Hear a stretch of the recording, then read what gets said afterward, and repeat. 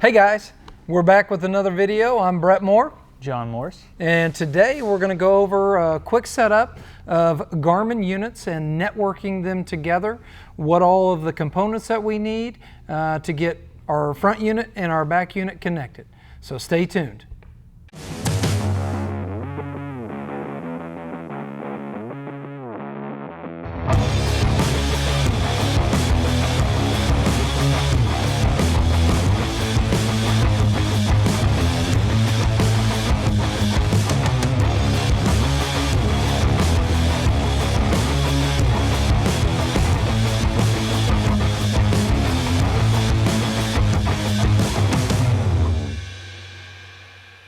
All right guys, so we're gonna network these two units. We've got a 93 back here on the console, and we've got the 106 SV Ultra up here at the bow.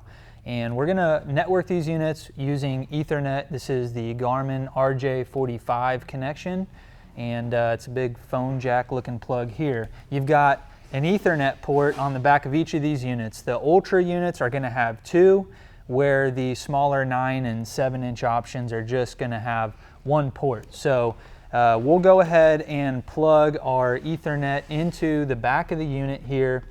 We'll have one open one up at the front, but we're gonna be all tied up on Ethernet at the back of the unit. That's going to be more important as we talk about adding accessories. But basically, if you want to go over what we're going to be able to share with this connection, Brett. Yeah. So one thing, real quick on the connection.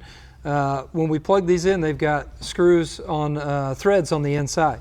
So you're going to plug that into the back of the unit, and then you will tighten that down. You'll screw that down.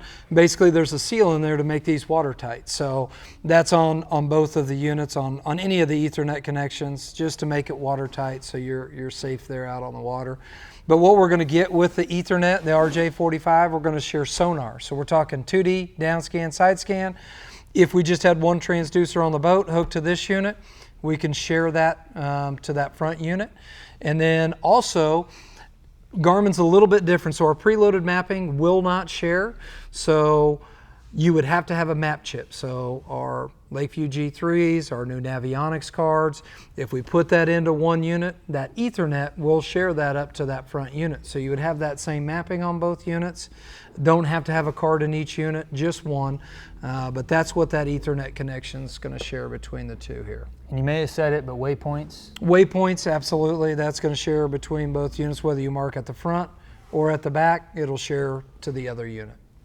Yep. So if you're getting a unit that has, the Lakeview G3 mapping preloaded on it, you buy one map card that is actually going to share between the two units in the network, like Brett mentioned there. One thing I did want to touch on here was the way that Garmin designed their Ethernet cable is this threaded moon-shaped deal. It's two pieces that you connect together, and that just makes that cable without it that much more smaller for networking it through the boat, right? So that's the reason why they do that.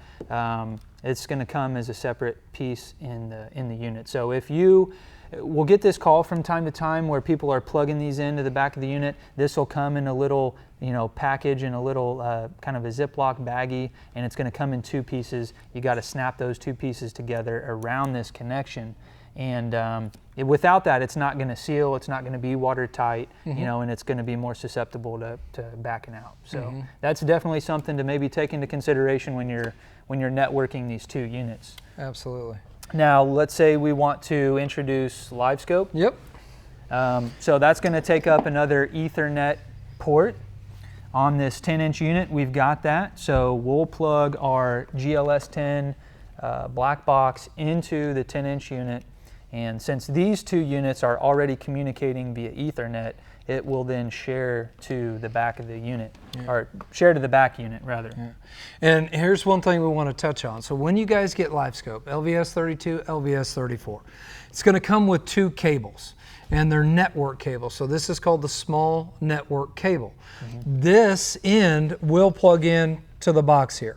Now, the confusion is, a lot of times guys will see this other end and it's a small network connection too. Almost looks like NEMA 2000. So It's not guys, NEMA it 2000. is not. It is Please. not. So we want to be careful with that. So on the back of your unit, you've got a small port for your NEMA 2000. And we'll try to plug that cable right there into the back of the unit.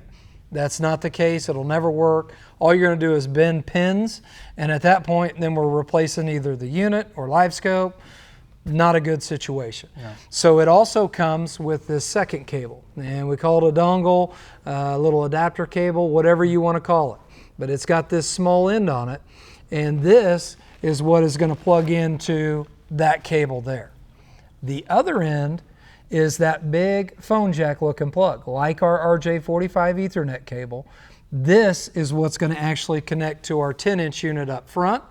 So now we've introduced LiveScope to our 10-inch unit, which has the 2 Ethernet ports, and now we're sharing that information back to this 9-inch unit at the console that only has 1 Ethernet port. So now we've got a daisy chain through everything. Everything's network, sharing sonar, sharing LiveScope, sharing waypoints, mapping if we get that. Now we've got a complete setup. That's how we're going to hook it up using a 10-inch unit and a 9-inch unit. Yeah, and I think something that you mentioned earlier was, can you run 2 units with 1 transducer? That's going to be the same way with the LiveScope. You know, you're going to be able to, let's say LiveScope was your only transducer, you know, maybe on a smaller boat or something, somebody doesn't really care to have side imaging. You're going to be able to run that LiveScope transducer on both graphs. And we know, I don't think we really touched on this either, but the information that you're viewing on that screen is just not a screen mirror, but you have full control over what happens with that transducer. If you want to bump the range or the gain, or you know, if you want to make adjustments at this unit back here, you can make it just as if it was the unit that is directly connected to LiveScope. Yep, absolutely. So that's kind of your setup. Great setup here. Now the only thing is we're going to introduce a different unit. So the guys that aren't going to run a 10-inch unit, say we've got 2 9-inch units, or say a 7-inch and a 9-inch. Remember, they only have that 1 Ethernet connection. So we're going to take out LiveScope out of this situation, okay? So we're going to get LiveScope out of here. And now we're going to introduce our 7-inch unit. Okay, so now we're going to take that 10-inch unit out at the front, and we're going to introduce a 7-inch. Again, the 7 and 9 only have 1 Ethernet port, so we lost that 2 Ethernet port up there with that 10. If we're just running the 2 units, nothing else, again, simple Ethernet connection. We're running the RJ45 from unit to unit, sharing sonar, sharing downscan, sharing side scan, mapping if we get a map chip, waypoint, everything's going to be the same, right? Now we just have 1 Ethernet connection between the 2. So we're tied up. We want to add LiveScope. Guy wants to add LiveScope in the mix. So we've got some extra components that we need to add into the equation. So the first thing we're going to talk about is the GMS 10 box. 5-port switch, whatever you want to call it. It's going to have 5 Ethernet ports on this box. So now instead of running unit to unit, we're going to run an Ethernet connection from the box to this back unit. So again, that RJ45 connection, Ethernet. Now we're going to introduce a second Ethernet cable, and this one is going to go to our 5-port switch and going to run up to the front, okay? So everything's coming out of this box. We're going to go Ethernet connection from the box, the GLS10, to the 7-inch up front, Ethernet connection to the 9-inch at the console. So right now, those 2 are Etherneted just like if we ran 1 Ethernet between the 2. But we got guys that want to add LiveScope into this mix, which is a great option. So again, we go back to our GLS10 box, our LiveScope box, and we still use the same connectors, but instead of going to the unit, we're going to go to the 5-port switch here, okay? All right, so now we've got 3 connections into our GMS10. We've got a couple open ports in case you guys want to network other units in down the line. You might want another LiveScope or maybe run another unit. You've got some room to add on here. And just kind of like what Brett was saying, is this is basically the same exact function as if you had an Ethernet cable going between the units.